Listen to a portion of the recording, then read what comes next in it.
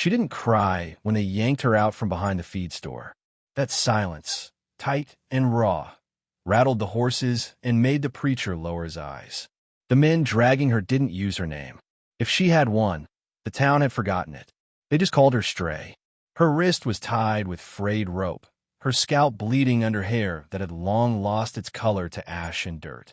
She was barefoot, thin as bone, with a dress clinging to her skin like it was trying to stay on out of pity.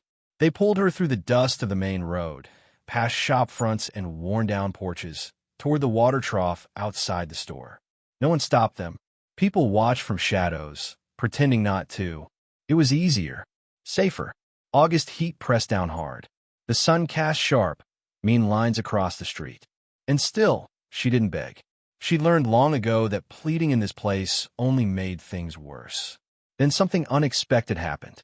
Two little girls stood up ahead, side by side. They weren't twins exactly, but close enough.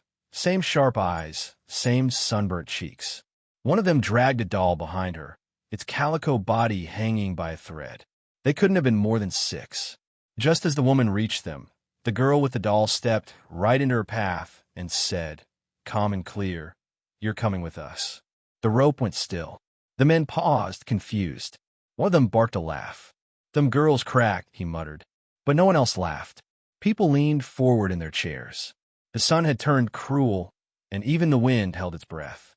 The girl didn't blink. Her sister joined her, reaching for the rope with careful fingers, loosening it like she was braiding her doll's hair. The woman didn't understand. Her face was cut and bruised when I nearly closed. But she looked at the girl, and something shifted in her, barely there, like a whisper. Not hope, just a twitch of memory, like she'd once believed in kindness. A man moved from the back of the crowd. He didn't speak, didn't raise his voice. Just walked forward, calm as quiet. He was tall, coat patched at the elbows, hat low over his eyes. He stopped behind the girls and looked once at the woman's face. She flinched. The twin without the doll spoke again. "She's tired." The man crouched. He didn't reach for her hands. He reached for the rope. She pulled back. He didn't insist. Just stood again, offering his arm, not forcing it, just holding it out like an invitation. She stared at it like it might bite her. The girl with the doll placed her hand gently on the woman's shoulder. The other girl held out the doll itself. And something cracked deep inside the woman. She reached up, barely touching the man's arm, but he caught her weight like it meant something.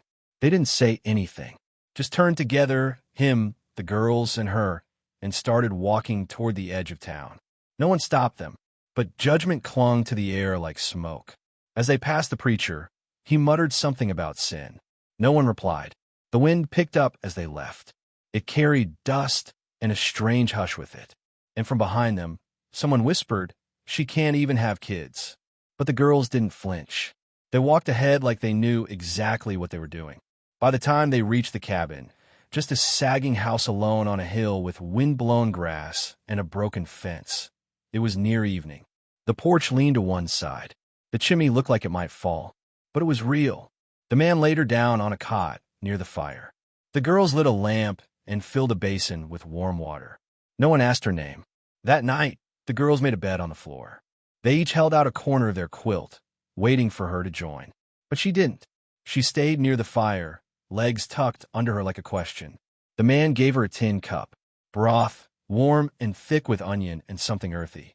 She took it, sipped, and then quietly tears slid down her cheeks. Not loud, not shaky, just wet and sure. The girls pretended not to see. Later, as the fire dimmed and moonlight softened the walls, she heard one girl whisper, "She's like a candle." Lit up again just a little. The other whispered back, "Mama would have liked her."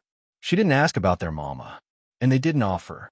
That night, she didn't dream, just slept deep, like her bones had finally been given permission to stop holding on. She woke up late. The sun was already warm on her face when she sat up. For a moment, she didn't remember where she was. Then she saw the girls curled up on the floor under their quilt, and the fire low in the hearth. The man was outside, chopping wood. His movements were steady, not angry, just quiet and strong. Her body felt heavy, sore in places she hadn't noticed the day before. She moved slowly, every step like learning to walk again. At the mirror above the basin, she saw her reflection. One eye was still bruised, but not as swollen. Her face didn't look like it belonged to her yet, but also didn't look like someone else's anymore. She washed with cold water from a dented tin basin. Her fingers shook as she tied back her hair with a strip of old cloth. Then she found a needle and thread and stitched the torn part of her dress. No one asked her to. It just felt like something she should do. That afternoon, the girls took her down to the stream. The water was clear and cold. They picked up smooth stones and showed her how to skip them across the surface. She tried, failed, laughed once, soft and short, then quickly covered her mouth. It felt strange, like laughing without permission. The older girl noticed. "It's okay," she said. "Your laugh isn't broken." That evening, she sat by the fire again. The man handed her a plate with a piece of warm cornbread. She nodded in thanks. He nodded back. No more words than needed. She kept the book he had placed beside her the first night. She hadn't opened it, but she slid it under her pillow like it was something that mattered, like it belonged to her now.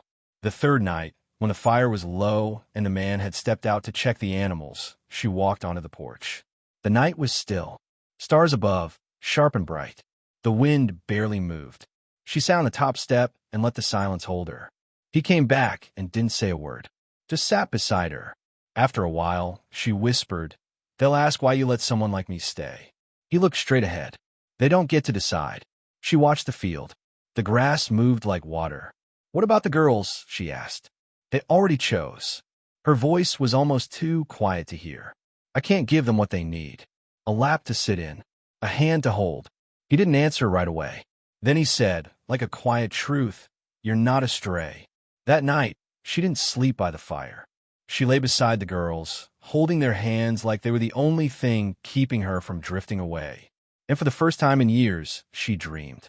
Not of pain or loss, but of sunflowers growing in dust, of soft baby hands, and someone whispering, "You still get to belong." In the morning, she stood at the cabin door, watching the girls run ahead, muddy feet dancing across the floorboards. One climbed up to reach tin cups. The other stirred something in a kettle. The man stood behind her, holding the door open. He didn't say anything, didn't ask her to step in. He just let her decide. She stepped in barefoot. The floor was warm. The smell of rosemary and smoke clung to the air. She wrapped her arms around herself. It felt strange being wanted here. He closed the door gently behind her. "I stirred it twice," the younger girl said proudly, pointing to the pot. "She means burned it twice," her sister teased. The man poured a bowl of stew and handed it to the woman. She stared at it for a long second. Her hands hovered. Then, slowly she took it, held it with both hands like it was something sacred. The chair she sat in groaned under her weight, not from heaviness, but from unfamiliarity. Like no one had ever sat there needing to be held gently. She ate slowly. It tasted of salt and roots. No one asked who she was. No one asked why she was there. When a spoon scraped the bottom of the bowl, she realized how strange it was, this silence. Not empty, not cold. Just full, quiet, safe. The girls sat together in another chair, feet swinging. One of them pulled out a small tin horse and brushed its mane with her sleeve. "She doesn't talk much," the girl with the doll said. "Neither do you," her sister replied. Then both looked at the woman. "Do you?" She didn't answer. They didn't press. Later, when the fire had died low, she stood and placed her bowl near the basin. The man picked it up and washed it without a word. Then he handed her a blanket. She wrapped it around her shoulders and sat again by the fire, unsure if she was a guest or a ghost. He placed something in her lap. A shirt, faded, soft, clean. "Yours?" she asked quietly, surprised at her own voice. He shook his head. "Was my sister's. She died," one twin said softly. "She liked bluebirds," the other added. "That's why the buttons are blue." The buttons were small, sky-colored, chipped at the edges. "Thank you," she whispered. She didn't wear it that night. Not yet. But she folded it with care and placed it by the hearth like it was something holy. She woke before the sun. The cabin was quiet. Only the soft breathing of the girls filled the space. She moved without sound, careful not to wake them. Her hair was already tied back. Her eyes were tired, but clear. Outside, the air was cold. The grass was wet with dew. She stepped onto the dirt barefoot and walked to the old pump. The handle was stiff, but she managed to draw a bucket of water. It splashed on her hands and face. Icy, sharp, but she didn't flinch. It felt like waking up all over again. Inside, the fire had already been started. He was stacking wood near the stove. He didn't speak, just nodded once like that was enough. The shirt still waited where she'd left it. She took it behind the curtain and put it on. The fabric slid over her arms like it remembered her. It didn't fix her. It didn't erase anything, but fit. When breakfast was ready, she sat down before anyone asked her to. He poured her coffee. She took it black. The girls talked about birds and dolls and whether cows dreamed at night. She didn't join in, but she listened. Her hands rested on the table, calm for once. After they cleared the dishes, she asked quietly, "What needs doing?" He paused, then said, "Porch rails splintered. Could use sanding." She nodded. That afternoon, she worked beside him. He gave her a square of sandpaper, and she ran it over the wood slow and careful, like she was smoothing out more than just the wood. Neither of them spoke. At one point, their hands brushed. She pulled back quickly. "You didn't," he started but didn't finish. Later, the younger twin brought them chipped mugs filled with lemonade. "You're good at fixing," she said, smiling. The woman looked confused. The girl pointed to the smooth railing. "It don't hurt to lean on now." That night, the book was still under her pillow. She pulled it out and finally opened it. Inside weren't printed pictures, but drawings, sketches made by a child. Pencil lines, some colored in. One showed a woman holding a baby, another, a wagon in a storm, another, a girl with a bonnet made of stars. She touched the drawings with one finger, gently. At the back, there were blank pages. She stared at them for a long time. She didn't cry, but her chest hurt, like something old and alive was waking up again inside her. The girls fell asleep, leaning against her legs. She didn't move them. She let them stay.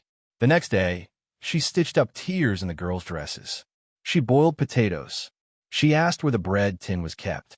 She didn't need to be told anymore. By the third morning, the cabin no longer looked surprised to see her. The porch rail looked like it had always been smooth. That afternoon, someone knocked. It was a woman from town, older, eyes sharp, mouth tighter than her apron. She held a basket of apples.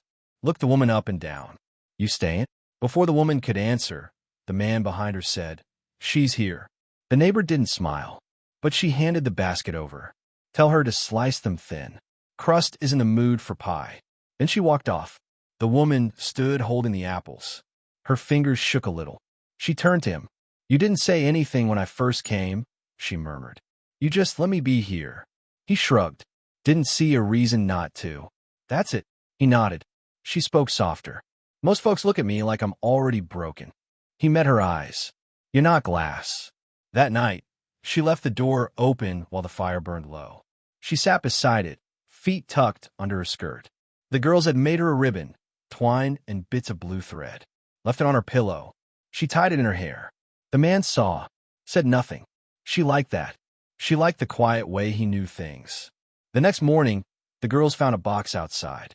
2 kittens curled inside, eyes half open, tiny things barely breathing. "They were just left here," one girl said, angry. The woman knelt beside the box, picked up the smaller kitten. It trembled in her palm. She held it to her chest. The other climbed into her lap. "They can't stay outside," she whispered. The man stepped out of the barn. She looked up at him. "Wasn't you?" He shook his head, but his face gave something away. She didn't press. "They belong here," she said. He didn't reply. He didn't need to. That evening, she folded napkins into bird shapes at the table. The girls watched wide-eyed. She told them stories, simple ones. A lemon tree, a lost blanket. Nothing big, just pieces of herself. The man mended a boot nearby. Listened, but didn't interrupt. One of the girls asked, "Did you ever have a baby?" The room went still. She paused, then nodded once. "Almost." The girl didn't ask more, just reached for her hand and held it. "I'm glad you're here now." The woman kissed her forehead. The man put down the boot. That night, after the girls were asleep, she sat outside again. The kittens in her lap, the wind soft in her hair. He joined her as always. Neither spoke for a long while. Then she said, "I feel like if I breathe too loud, all this will disappear." It won't, he said. She turned to him, afraid. I'm not used to being wanted without being useful. He looked at her. You're not furniture. She gave a quiet laugh. Just a breath. Why do the girls like me so much? She asked. He didn't meet her eyes. Because they see what you don't. What do they see? He stood, brushed off his coat, and before heading back inside, said a place to belong. She stayed outside a little longer. Inside, the book still sat on the table. Someone had drawn it again. A woman between two girls, a kitten in her lap, and a ribbon in her hair. She hadn't drawn it, but someone had. And whoever had truly seen her. The first time she went back to town, it wasn't planned. The girls wanted to trade eggs, and she said she'd walk them halfway. That's all it was supposed to be. But when they reached the old fence post where the path split, something pulled at her. The bonnet was tied in her shawl, the kitten stayed behind, and the twins walked beside her like it was the most normal thing in the world. She wore the shirt with the bluebird buttons and a skirt she had mended herself. Her hair was pinned up, the homemade ribbon keeping it steady. Her hands were empty, her steps slow but sure. The wind was soft that morning, just enough to lift dust from the road and make the old flyers on the post office wall flutter. But the quiet was sharp. People noticed her. She felt it before she even passed the saloon. A man leaned against the doorframe, toothpick in his mouth, eyes sharp. He didn't say anything, just stared like he was trying to remember where he'd seen her before. Maybe he had. Maybe they all had. The twins waved at him. He didn't wave back. Inside the general store, the clerk looked up, then quickly looked away again. Like kindness was something he didn't want to give. By the time they reached the church, sweat clung to her back. The bell rang once, high, thin, and something heavy pressed down on her chest. A woman stood on the steps, gray dress neat, mouth tight. She didn't speak, just stepped aside slowly, making it clear she didn't approve. Inside, it was quiet, too quiet. The preacher spoke of mercy, but she felt the weight of every eye, like they were measuring her worth. The twins didn't seem to notice. They hummed during the final hymn, fingers curled around their skirts. One of them leaned her head against the woman's arm. She didn't move. After the service, people left quickly. Some nodded. Most didn't. She stood near the back, unsure if she'd just been part of worship or turned into some kind of example. The man hadn't come. He rarely did. But he had walked them to the road, nodded once. That had felt like enough. They made it halfway back to the market before the whispers started. Not from strangers, these were neighbors. Folks who lived just over the hill. Their words came sharp, wrapped in false sweetness. She lost a baby once, didn't she? I heard she was barren. Married twice. Just waited to take from someone else's plate. She'll be gone by frost. The woman didn't stop walking, but the twins did. One turned to the voices and said loud enough for everyone to hear, "She makes better biscuits than all of you." The crowd went quiet. The other added, "And her hair smells like cinnamon." They kept walking after that. The woman's breath caught once, just once. She hadn't expected it to sting, but it did. She thought she was used to people looking past her, looking down at her. But this time with the girls beside her, it hurt in a different way. Like the town wasn't just ignoring her. It was daring her to believe she could belong. She didn't speak the whole walk back. That evening, she snapped beans on the porch. The girls tried to teach the kittens how to fetch a pine cone. The sky turned orange and pink. The man leaned against the rail. She said quietly, "They remembered me." He didn't turn, just said, "They remembered what they think you were, not what you are. They think they know me." He looked at her. "Do you think they're right?" She dropped a bean. "I don't know what I am anymore." The kitten ran between them, dragging a stick. The girls laughed and chased after it. The man bent down, picked up the bean she dropped, and handed it back. "You're here. That's what matters." But the words didn't settle. Not yet. That night, long after the girls were asleep, she lay awake staring at the ceiling. The old voices inside her had gone quiet these past few days, hushed by chores and warmth, and the way he never asked her to explain anything. But now they came back. The town's voices, her own doubts. She slipped from the bed, careful not to wake the girls. The moonlight spilled across the porch. She sat on the step, pulled the ribbon from her hair, let it fall in her lap. The wind picked it up gently, then let it drop again. He came out a few minutes later, hair tousled, shirt loose. He didn't speak at first. "You all right?" he asked. She didn't answer. He didn't press. Then she whispered, "They think I'll poison the girls." He looked toward the barn, where their laughter had echoed earlier like soft bells. "They're wrong. They think I'm using you." He nodded once. "I know better. They think you could have done better." He didn't look at her. "I wasn't trying to do better. I was trying to build something honest." Her throat tightened. "I still have the bonnet." He turned toward her. She kept going. "I couldn't throw it away, even after everything. It was the last thing that made me feel like I was worth something." "You don't need it to prove anything," he said. She stared ahead. "I think I kept it because it reminded me someone once thought I could be loved."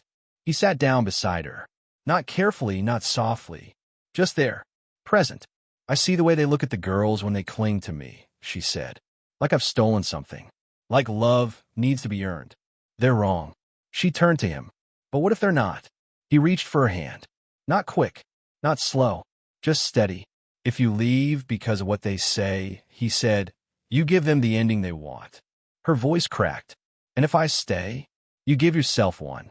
That night, she tucked the bonnet in a drawer beside the hearth. She didn't touch it again, but she didn't sleep. She was already dressed when the girls woke. Her hair was braided, her eyes rimmed red but dry.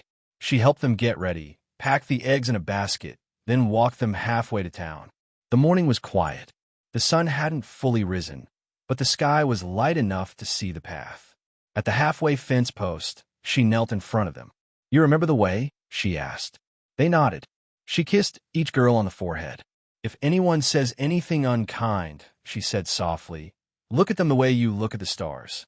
They frowned a little. "What do you mean?" She smiled gently, like they're far away and not meant to be touched. The girls giggled.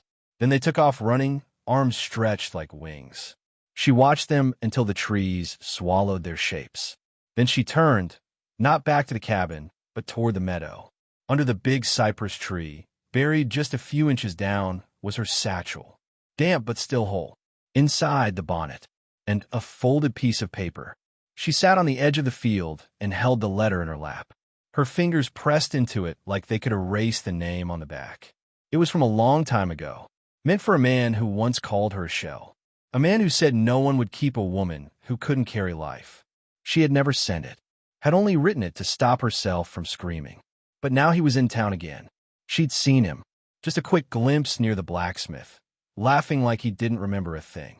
But she had. She remembered the sound of his voice like an old bruise. A crow flew overhead.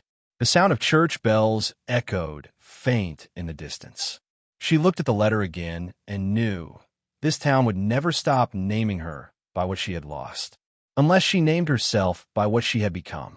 The next morning, everything looked the same. Chickens still circled the yard. The porch still creaked. The sun still burned blue. But inside her, something had shifted. She came downstairs and found the girls drawing still on the table. 3 stick figures and a kitten with a crooked tail. Above it, the words, "Our new nest." She placed her hand over it, like she was afraid it might blow away. He stood behind her. "You all right?" She nodded slowly. Then she turned and looked at him, really looked. He stood in the doorway, sleeves rolled up, hands smelling faintly of cedar and soap. He didn't smile, but his eyes were soft, steady. "I saw him," she said. "He didn't ask who. He didn't recognize me. Still, he waited. He used to call me empty, a shell of a woman. Said no man would stay with someone who couldn't give him a family." The wind moved through the open door, lifted the corner of the drawing. He stepped forward and gently pressed it flat again. "You didn't run," he said. "I wanted to, but you didn't." She didn't know if that counted for anything, but maybe it did. Later, while the girls played near the stream, she went into the barn. She still had the bonnet, tucked in her apron. She found a nail in the wall above the feed sacks and hung it there. Not buried, not hidden, just placed. When she turned, he was at the door. He looked at the bonnet. "Looks good there." "It's not for mourning anymore," she said. "It's for remembering." He didn't speak, but his eyes softened in a way that told her he understood. That night, she sat on the porch while he carved something with a small knife. The girls were asleep inside. Their laughter had quieted into breathing. "Do you miss her?" she asked. He didn't stop carving. "Every day." "What was her name?" "Marjorie." The silence stretched. Then he added, "She liked quiet things. Things that took time. She swallowed. I'm not sure I know how to be loved gently. He looked up. You already are. The kitten jumped into her lap. She ran her hand over its back, slow and careful. I thought I'd be alone forever, she whispered. That I deserved it. He didn't speak, just looked at her like she was someone worth sitting beside. I think, he said, we're all just waiting for someone to stay. The moon rose behind them, silver and wide. It caught in her hair like dusted stars. The next morning, she was stringing wildflowers along the porch rail. The girls helped, hands messy, voices loud. They told her about a bird's nest in the tree behind the barn. They chirped so loud, one said, like they're shouting poems. That afternoon, they found an old cradle in the barn loft, covered in dust. One of the twins curled inside like a kitten. The other rocked it proud. The woman walked over and touched the carved letters on the side. It was Marjorie's, the man said quietly behind her. She nodded. We don't have to keep it, he offered. I want to, she replied. That night, the cradle sat clean and fixed by the hearth. The kitten had already claimed it. She tucked the girls into bed and kissed their foreheads, then stepped outside. He joined her, carrying something wrapped in cloth. What's that? She asked. He unwrapped it slowly. A sign made of wood. 3 birds, a ribbon, and the words, New Nest. She stared at it. Her eyes burned, but she didn't cry. I was going to ask before hanging it, he said. Didn't want to assume. She nodded. He stood, nailed it above the door, gentle as anything. They watched it sway slightly in the wind. Her hand brushed his. This time, she didn't pull away. The storm came fast. One moment, the sky was just heavy. The next, it turned dark as slate and split open with thunder. Wind slammed into the cabin, rattling windows, tossing leaves like feathers. Rain hit the roof like fists. The girls huddled under their quilt, wide-eyed but silent. The kittens curled at their feet. She moved quickly, closed the shutters, tucked extra blankets around the girls, checked the latch on the door. But he was still outside. She looked toward the barn, heart thudding. Lightning flashed, then the door flew open with a bang. He stood there soaked, rope over one shoulder, his coat gone. His hat dripped water onto the floor. You okay? He asked, eyes scanning the room, landing on her. She nodded. You? He stepped in, kicked the door shut behind him. Lost the tarp. Chickens will complain come morning. He was trying to make her smile. She almost did. She crossed him, took his coat from his hands, and hung it by the fire. His shirt clung to him, dripping. She reached up and touched his arm. You're freezing. I've been colder. I haven't, she said. He looked at her, not through her, not past her. At her, like she was the only thing in the room that mattered. You should rest, he said, voice low, but she didn't move. Lightning cracked again. The girls whimpered upstairs. They're scared, she whispered. He nodded. So are you. She didn't answer right away. Then, yes. He didn't ask why. Her hands were shaking. Not from the storm, but from the knowing. This was it. This was the moment she'd either stay or run. Either claim this life or step back into the shadows. She touched his chest, felt his heartbeat. Strong, steady. You said once if I leave, I give them the ending they want. He said nothing, but she felt his breath catch. I kept waiting for it to feel safe, she whispered. But maybe safety isn't something you find. Maybe it's something you build, piece by piece. His voice was hoarse. It's already here. She leaned her forehead against him. Thunder growled behind them. The fire hissed. The wind clawed at the walls. But they didn't move. When she stepped back, her hand stayed on his chest. I'm not running again, she said. He let out a slow breath, then covered her hand with his. You don't have to say it. I want to. The girls giggled softly from upstairs. The kitten jumped onto the hearth and curled up like it belonged there, like it always had. That night, they didn't speak much. No promises, no confessions, just warmth. Just 2 people sharing a space that no longer felt like it might vanish. In the morning, the world was washed clean. The road was full of puddles. The trees looked greener. The sky was clear again. She baked bread. The girls helped, flour on their cheeks, giggling. He came in from the barn, leaned in the doorway, and watched them without saying a word. She caught his eyes and smiled. For the first time, it didn't feel borrowed. Later, a knock came. A neighbor woman. Same one with the apples. I heard you made stew last week, she said. I did. The woman handed over a jar of apple preserves. Trade, she said.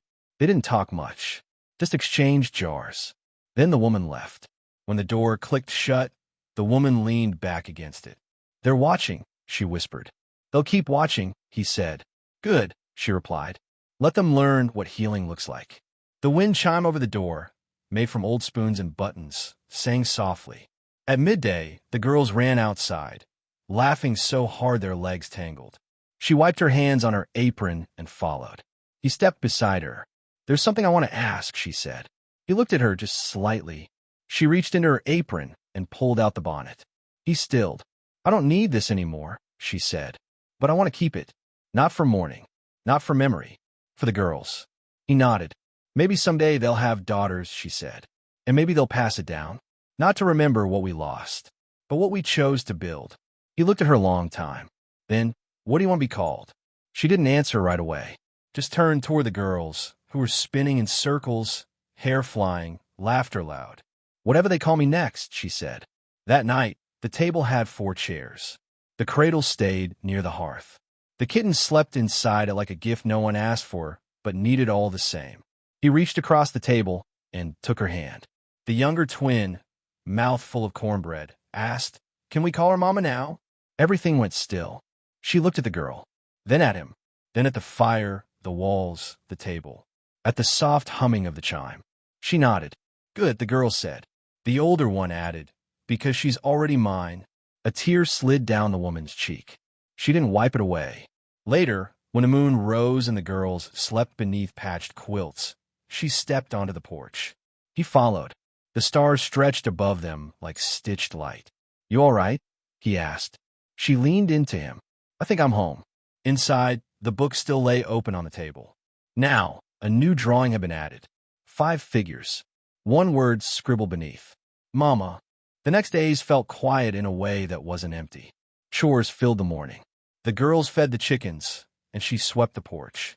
The man chopped wood and fixed the shed roof. The air smelled like soil and soap and old grass. She no longer waited for someone to ask her to help. She simply did. Sliced apples, washed linens, cut fabric into strips to make new ribbons for the girls. Her hands stayed busy, her thoughts quieter, but the voices still lived somewhere inside her. Soft now, but not gone. One afternoon, while he worked by the fence, she stood in the doorway and watched him. The girls played behind her, trying to teach the kitten to climb into a basket. She held the bonnet in her hands. Not crying, just holding. You look like you're thinking too loud, he said without turning. She smiled a little. Maybe I am. He didn't press. That night, the wind shifted, blew from the east, dry and sharp. She stood by the fire, holding a torn hem she'd been sewing. The needle paused in her fingers. I think I need to go into town, she said. He looked up from his chair. You don't. I think I do. He nodded. I'll walk you in. She shook her head. No, just watch the girls. She left early the next morning, bonnet tied to her satchel again. The road was dry, her steps slow. She passed the tree where the birds had nested and the old fence post where she used to turn back. She didn't stop there now.